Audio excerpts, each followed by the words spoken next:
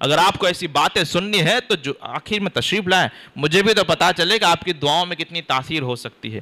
تبھی تو ہوتا ہے کہ ہم یہاں پہ دعا کرتے ہیں، جمعہ کے دن دعا کی قبولیت کی برکت ہو، اگر آدمی مرنے کے قریب بھی پہنچ رہا ہو تو وہ زندہ کھڑا ہو جاتا ہے۔ ہماری دعائیں قبول کیوں نہیں ہوتی؟ اگر ہماری دعا سے کسی کا سر بھی مٹتا نہیں ہے، مطلب یہ ہوا میرا رب تو سچا ہے، ہم ہی جھوٹے ہیں، ہم ہی غلط ہیں۔ اور دعا کی قبولیت کے لیے دو بڑی شرطیں ہیں، ایمان کے بعد دو بڑی شرطیں ہیں دعا کی قبولیت کے لیے۔ ایک ہے حلال کھانا اور سچ بولنا۔ اب نہ آدمی سچ بول رہا ہے نہ حلال کھانا کھا رہا ہے، دعا قبول نہیں ہوگی، کنفرم بات ہے۔ میں لکھ کے دیتا ہوں، اور مجھے لکھنے کی ضرورت بھی نہیں ہے، کیونکہ حدیث پاک میں رسول پاک نے فرما دیا ہے دعا قبول ہوگی ہی نہیں تمہاری تو نہیں ہوگی۔ جن جن مولویوں اور اماموں کو تم نے حرام کھلا دیا اور ان کو ادھر ادھر راستے پہ لگا دیا ہے، ان کی بھی قبول نہیں ہوگی، یہ بھی کنفرم بات ہے۔ پیر صاحب کی بھی قبول نہیں ہوگی، کیونکہ پیر صاحب جاتے ہی ویاج کھور کے وہاں اترتے ہیں، کھانا وہیں پہ کھاتے ہیں۔ اب اتنے بڑے پیر صاحب ہیں، حضرت فلسطین کے لیے دعا کرو، میں نے بولا اگر سچا ہے تو دعا کرے تو ضرور قبول ہوگی، لیکن یہاں پہ مارا ماری یہ نہیں ہوگی، میں بولتا ہوں نا، نہیں ہوگی، یہ کچھ نہیں ہوگا۔ اسی لیے تو بات ہے، ہر سال عمرہ کے لیے لوگ جاتے ہیں، یہاں پہ پورے شہر والے مانگ رہے ہیں، اور سال میں دو تین عمرے ہو رہے ہیں، وہاں پہ یا اللہ اسرائیل کو تباہ کر، تو کیوں تباہ نہیں ہوا؟ خانہ کعبہ کے اندر میں غلاف کو پکڑ کر اگر سچا مومن مسلمان دعا کرے تو قبول کیوں نہیں ہو سکتی؟ ضرور ہوگی۔ رب فرماتا ہے اجیب دعوت الداعی اذا دعانی، کہ مجھ سے جب دعا کرنے والا دعا کرتا ہے تو میں اس کی دعا کو قبول فرماتا ہوں۔ رب فرما رہا ہے، کوئی قید کے بغیر فرما رہا ہے، اور ایک جگہ پہ فرماتا ہے ادعونی، مجھ سے دعا کرو استجب لکم، میں تمہیں جواب دوں گا، دعا کو قبول فرماؤں گا۔ یہاں پہ پوری امت لگی ہوئی ہے فلسطین کو، ارے تمہارے لیے دعا کرو کہ تمہیں کچھ سمجھ پڑے کہ کچھ نماز جیسا بھی فرض ہوتا ہے، تمہیں کچھ پتہ چلے کہ قرآن و سنت پر عمل کرنا بھی ہوتا ہے، تمہیں کچھ پتہ چلے کہ سچ بولنا بھی مسلمان کا مومن کا وصف ہوتا ہے، اور جھوٹ بولنا یہ نفاق میں سے آتا ہے، تمہیں بھی پتہ چلے کہ حلال کھانا اسی طرح ضروری ہے جس طرح سے نماز پڑھنا بھی ضروری ہے۔ سمجھ پڑنا چاہیے، دعا ہمارے لیے کرو، اور ہم دعا کرتے ہیں اللہ جمعے کی برکت سے، اور حضور سیدنا شیخ غوث اعظم پیران پیر دستگیر کی برکت سے، اور فلسطین والوں اور مجاہدین کی برکت سے اللہ تعالی ہم میں بھی ایمانی جذبہ اور وہ شوق اور ذوق پیدا فرما۔ اللہ تعالیٰ جو سچے پوری دنیا میں جو جس محاذ پر اسلام کے لیے کام کر رہے ہیں، علماء ہوں، صوفیاء ہوں، اولیاء ہوں، طالب علم ہوں، تاجر ہوں، مجاہدین ہوں، جو سچے دل سے اسلام کے لیے کام کر رہے ہیں، جو اپنی باتوں میں سچے ہیں، اللہ ان سچوں کی برکتوں سے اللہ تعالیٰ ہمیں بھی سچا بنا دے۔ چلو السلام علیکم ورحمۃ اللہ۔